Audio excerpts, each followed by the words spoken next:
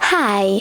In front of me is HTC Desire 20 Plus, and today I would like to show you how you can download and apply iOS Launcher on this device. First of all, go into Play Store and type iOS Launcher. Then you need to download this app from this developer.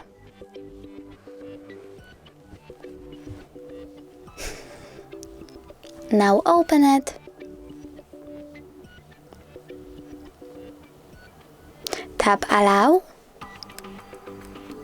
click Home button, and select iOS Launcher by clicking on it.